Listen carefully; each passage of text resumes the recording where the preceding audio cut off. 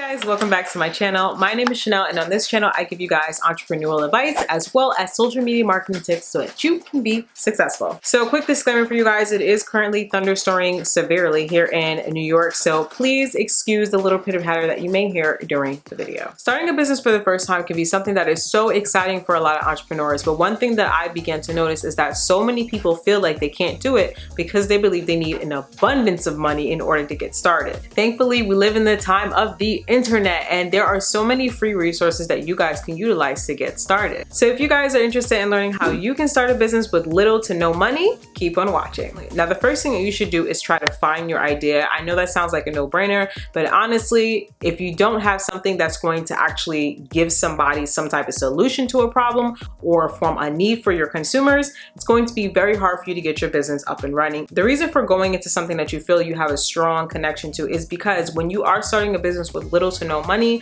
you are going to be spending a lot of time doing lots of research, learning new things, and if you have an idea that you're not really feeling too hot about, it's going to be really hard for you to want to continue and ultimately get to any type of success. Now, the second thing that you need to do is your research, and research is so important because if you find that you have an idea, you can end up hurting yourself in the long run if you find out maybe the idea is not sustainable, not really seeing if there's any competition. You can end up hurting your chances if you decide to go further in a business like that. Now, in regards to conducting this research, here are a few things that you should be paying attention to. The first thing you should definitely research would be your competition. And I know most people, when they hear the word competition, they get a little, like antsy, like, I don't know. But honestly, you should look at competition as a good thing. Competition not only gives you an idea of what kind of business or what kind of structure your products or services should look like, but it gives you further resources that you can use as insight to formulate your idea if you're still in the budding stages of getting it started. The second thing that you should be researching would be your resources. And this is so important because if you are going to start a business, especially with little to no revenue, you need to know exactly what the cost is going to be, not only to purchase those goods, but also to sustain the business. Now, there are two business models that you can take in regards to resources, and the first one would be physical products. Now, physical products are good for business, but the only thing is that you need to be ready to spend some cash in order to buy the materials for your business. I would highly recommend making a very fine-tuned list of all the different materials you'll need for those products. And then once you're finished with that list, I would also recommend going in and researching to see all the different vendors and merchants that can provide you not only high quality products, but at the lowest cost. Now, shipping, packaging, carrier services, that's also something else you have to worry about when it comes to dealing with physical products. So make sure that you are doing that research to see who would be able to give you the best service at the lowest cost. Now, the second business model that you should look at when it comes to resources and materials would be digital/service-based products for your business. Now, I know I'm probably going to seem a little biased when I'm talking about this one, even though I do both business models, physical as well as digital. But the good thing about digital products is that you don't have to worry about inventory, you don't have to worry about shipping, and you also don't have to worry about the actual physical product, like getting the resources and materials, because everything is digital. It's right online. Another reason why I prefer digital and service-based products as opposed to physical products would be because most of the platforms that you use in order to get your content out there, or your brand or your service, whatever it may be, is usually available to you for free. Now, a good example of this would be when I actually created my first ebook, and that's something that I did for free on Canva. I was able to create everything right on that platform. I was able to download it, put it on my website, package it up, make it look real cute on the website, and I was able to turn a profit from that, and I didn't need to invest any revenue into that digital product. That is the reason why I definitely feel like digital products is something that you should look into, especially when you are starting a business without any type of revenue. Market research is something else that you should invest time into looking into, because you want to make sure that there is a demand for your product before you even go into making the whole thing come to life. When you're starting out in your business, it may be a little hard for you to get ideas, and if you see other brands that have a model that's similar to yours, and then once you get ideas or inspiration, you can now replicate that in your own unique way, of course, so that you could drive traffic to your business as well as your products. Social media is something that you are definitely going to want to understand and utilize when it comes to starting your business with little money, mainly because it can reach millions of people and you can do it for free. The first way that you can do this is by using social media to develop ideas as well as inspiration for your business. Now, as I mentioned earlier on, social media can be really good for inspiration, and I really recommend you guys following accounts not only to see what their content is like,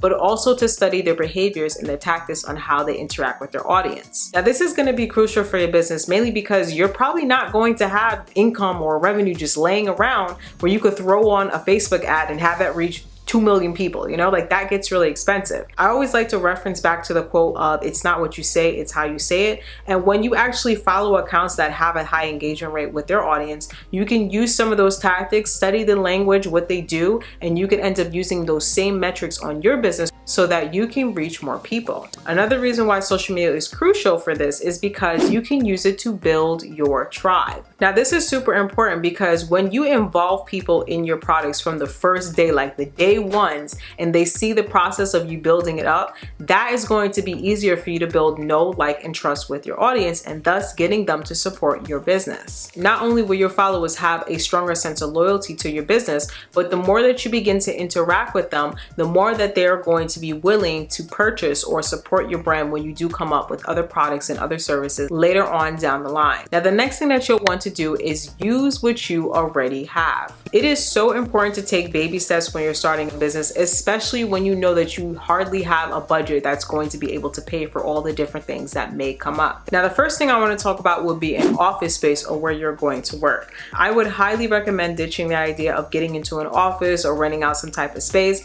especially if you don't have any cash. Believe it or not, most businesses usually do start out in the home, and that's somewhere that you should definitely be looking into. I had 2 offices when I was launching my businesses, and they consisted of my kitchen as well as my living room. Not only are you going to save a lot of money by not renting out a space, but you can also jump right into work mode at any point in time, even if you're in your pajamas. Something else that's going to be really helpful for you guys is to make use of your existing relationships. I would highly recommend going through your contact list and seeing exactly who you know may have a skill or some type of service that you can utilize for your business. Now, this can be maybe a friend or a cousin that you know is really into photography and they can help you take photos for your social media page.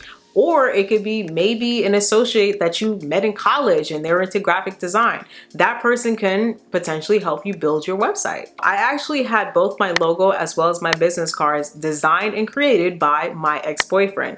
Thankfully, the relationship ended on good terms, so when it came time for me to ask for a favor, he was more than willing to help me out. Now, I know some of you are probably thinking like, yeah, I can definitely use these relationships, but how exactly am I going to compensate these people when I don't have any revenue for my business? Now, the hope is to get them to do it for free, but you honestly should not expect them to do anything for you in return for nothing. The best way to show someone that you respect not only their time, but as well as the work, is to offer them something that they cannot refuse. Now, the first way you can do this is by offering something in exchange for their services. This can be by crediting them on your social media pages so that they can also get exposure for their business, or you can even go as far as to offer a service such as maybe watching the kids, maybe pet sitting, house sitting while they're away on vacation. And of course, if you prefer to go down the more traditional route as far as compensating them, you can offer them a small fee where you can negotiate what it would cost for their time, or you can even offer them a commission based on every single sale that you bring in from your business. And the next thing that you should definitely consider is raising money for your business.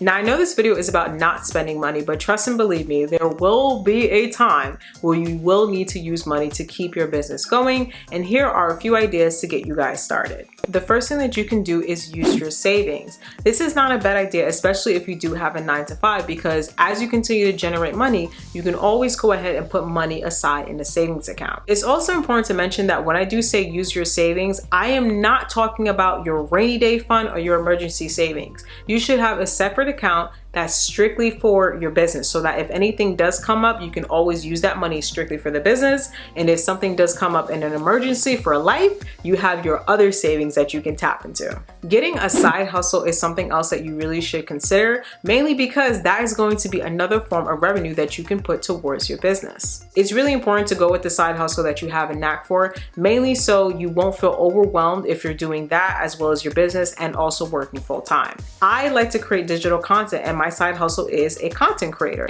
And because I'm mainly doing it all the time anyway, because I enjoy it, it doesn't feel like a job when I do have clients that are asking me to create content for their businesses and their brands. Crowdfunding is something else that you can utilize for your business when you don't have a lot of revenue. And this is basically when you're relying on other people to put money in towards your business, your baby, your dream, your plan. Now, the trade-off that does come with crowdfunding could be anything from delivering a final product to the people that invested, even to negotiating a small percentage of your business to those people that put their money into it. Just make sure that you are extremely clear on the terms and conditions before you agree to anything when it comes to using other people to fund your business. Now, a few resources that you can actually use to get you started could be Kickstarter, it could be GoFundMe, it could be Indiegogo, and it can even be Crowdstarter. I also have a few more listed down below in the description box, so make sure you guys check that out. If you guys want more information on some of the secrets behind entrepreneurship that a lot of entrepreneurs don't share until they're successful, as well as how you can find your niche and use that for your business, be sure to check these videos out over here. Thank you guys so much for watching, and I will see you all in the next one. Bye guys.